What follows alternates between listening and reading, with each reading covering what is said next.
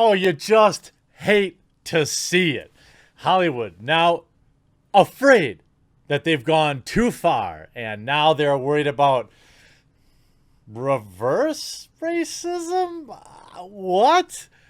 We know that, look, and all jokes aside, I think that having a diverse cast is a good thing. Ideally, it's both diverse and hiring the best people for the job. That's not always how it works, though. Hollywood has gone so far the other way that they start thinking about the color of people's skin long before whether or not they can actually read a line or if they're the right person for the role. Now we've seen many of the awards shows come out and say, hey, well, we're going to have diversity requirements for films. It's ridiculous. Hire the best person for the best job, and you hope that the cast is diverse anyway. But now, Hollywood identity crisis.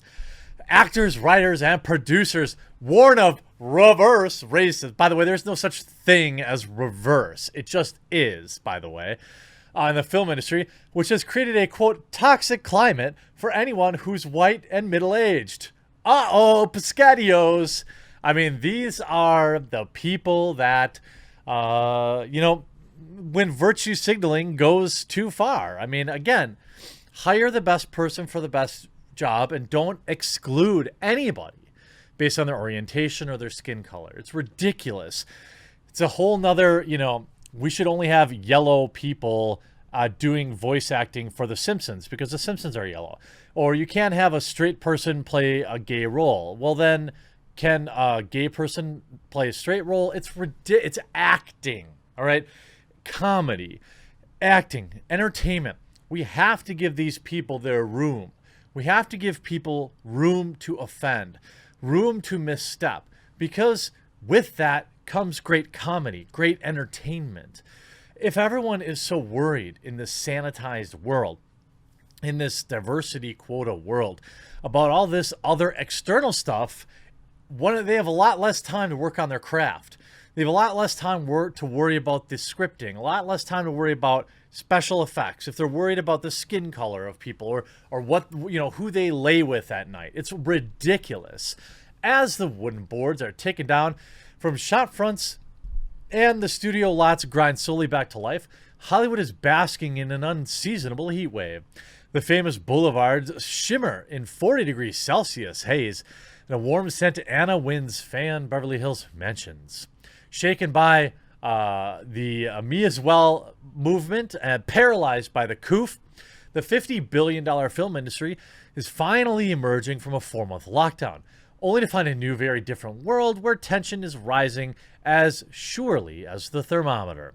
For if the very public BLM demonstrations have polarized America, the silent fallout has now reached Hollywood. Look, I don't think anybody inherently had a problem with demonstrations. What happens is the media gets involved and everything gets politicized. What happens is a few bad actors break into stores and steal stuff, and that's all that the news crews run, wall to wall. And that's what divides this country. It's the mainstream media. A revolution is underway. White actors are being fired. Edicts from studio bosses making it clear that only minorities can be given jobs. A new wave of what has been termed some anti-white prejudice is causing writers, directors, and producers to fear they will never work again. Well, good. These are the same people that virtue signaled all this crap in the first place. Now you reap what you sow. McDonald's is hiring. Walmart's always hiring. Amazon's hiring. All right? I don't feel bad for you. One described current atmosphere as more toxic than Chernobyl, with leading actors afraid to speak out amid concern that they will be labeled racist. Yep, these are your people. The first sign came with one of the powerful black directors in Hollywood, Oscar-winning Jordan Peele, the man behind the box office hits such as Get Out, Us, and Us. By the way, Us sucked, and Get Out was overrated, but still good. Stated in public opinion that he didn't want to hire a leading man who was white, saying, I don't see myself casting a white dude in the lead of my movie. Remember this? I covered this. This is a long time ago. Not that I don't like White Dudes, but I've seen that movie before. Yeah, and we've seen the movie before too, and just replacing the cast with black people playing the same role doesn't make it more interesting.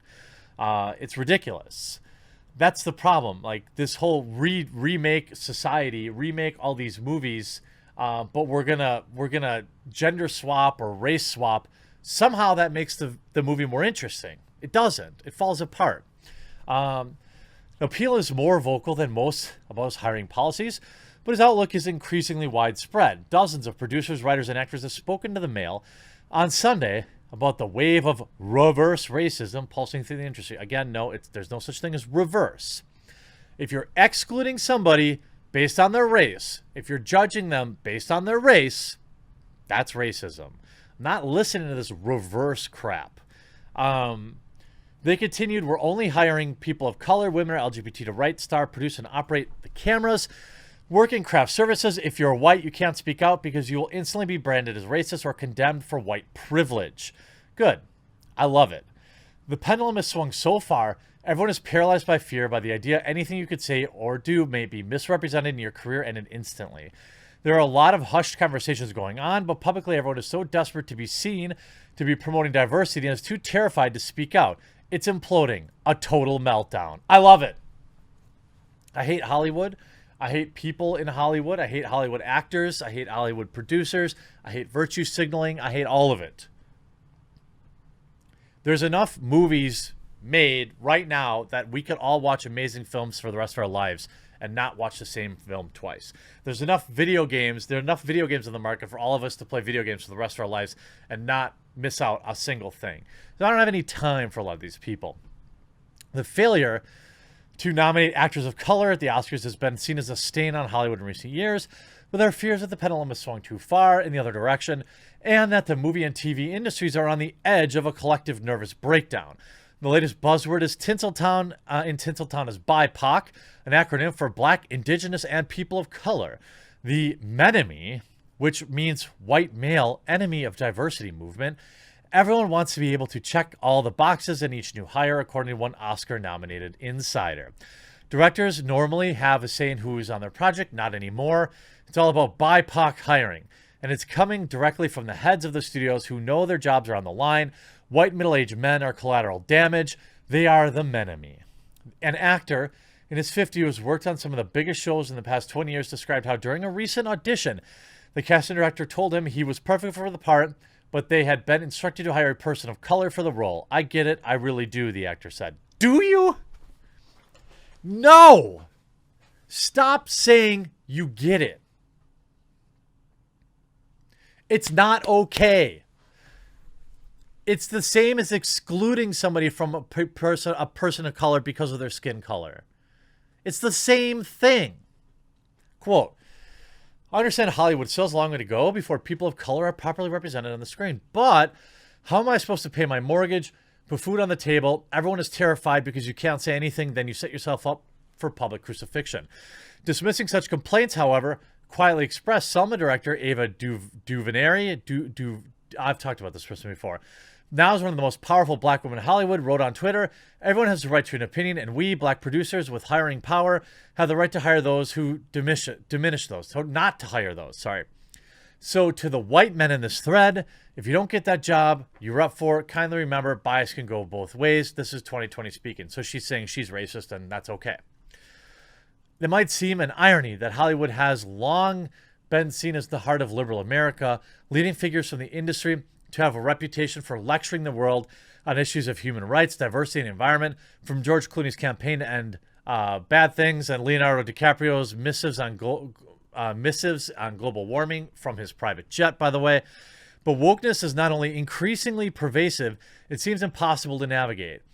Killing Eve's Jodie Comer, celebrated by playing a bisexual assassin last week, faced intense criticism on social media for dating a U.S. sportsman, Jane Burke, said to have been a card-carrying Trump supporter, solely on the basis that he supported the president.